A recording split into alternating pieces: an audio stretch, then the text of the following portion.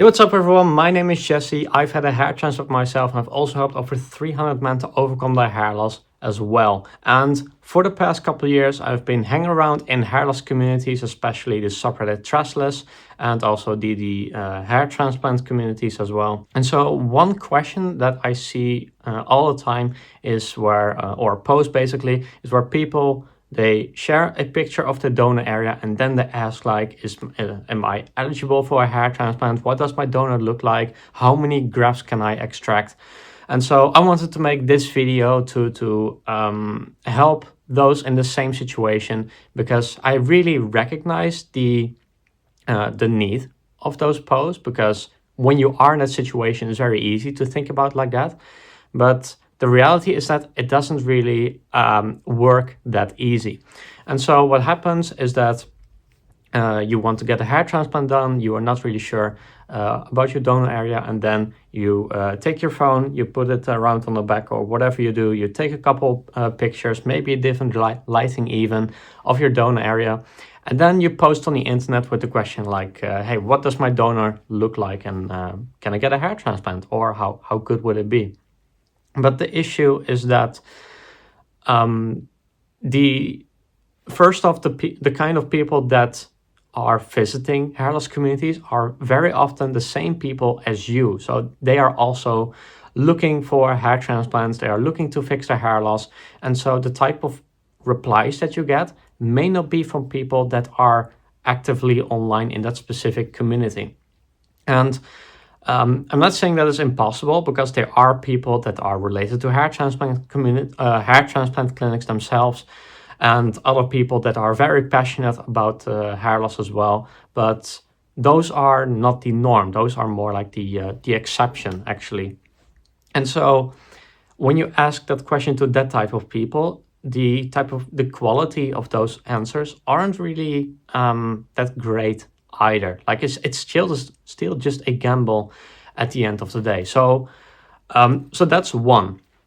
Second, the images that you're making are they are influenced by many factors. And if you look at my progress pictures video on my channel, you will learn it's about hairstyle, hair length, hair cleanliness, lighting, camera position, and also camera focus. Those are the six things. And so even if you create images that are exactly the same, but only one of those factors changes, then the entire picture can change. That can shift from someone from, hey, this looks amazing, to absolutely awful, or the other way around, even with just one. And most people don't even account for one. And so when you take those pictures, you share them on the internet, the pictures are also taken at face value. Like whatever it is they see, that is basically the thing that we have to work with. We cannot see underneath that. And the same goes for AI. Like for those type of posts online that are like, hey, how many grafts did I get? For those type of posts, using AI is absolutely amazing, because it can instantly recognize the image. It can just read the dots and basically give you a pretty good estimation of how many grafts you really got. And so for that, AI works amazing. But for donor area pictures, I honestly wouldn't do that, because it only looks at the surface. AI can only look at the surface and interpret specific patterns, whatever it is, but it cannot look beneath that. And so what is the answer to the actual question, how good is my donor area? The honest question is that you should talk to as many clinics as you can to really get an assessment, and you want to use clinics that actually look at it, because I've been on many consults myself, and more than half of all the clinics didn't even look at my donor area. So first off, you want to filter for clinics that actually do this. It may take you a little while, but those are also the type of places that deal with this exact same thing every day. They know what to look for.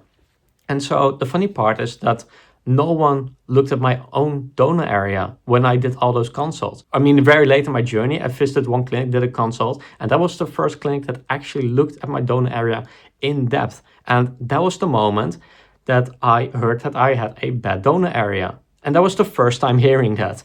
And so if you are on the fence of like, hey, I want to get a hair transplant, I'm not really sure what my donor looks like, do I get, how many grafts do I have available, I would honestly recommend to just visit as many clinics as you can. Maybe it's a free consult, maybe even a paid consult, but regardless, I would just do it that way. That makes it way easier to actually know if you are a great hair transplant candidate, or rather if you have enough grafts to achieve the goal that you want. Definitely use that, and maybe share this video as well the next time you see this specific question being asked on the internet.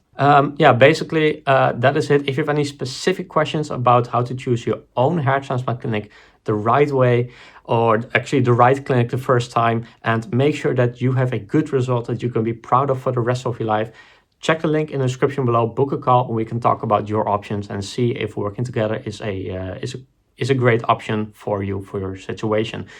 Regardless, this is another video in the 30 for 30 series. I'm uploading a video on hair transplant for the entire month of June. So if you have any specific questions, leave them below, and thanks for watching. See you in the next video.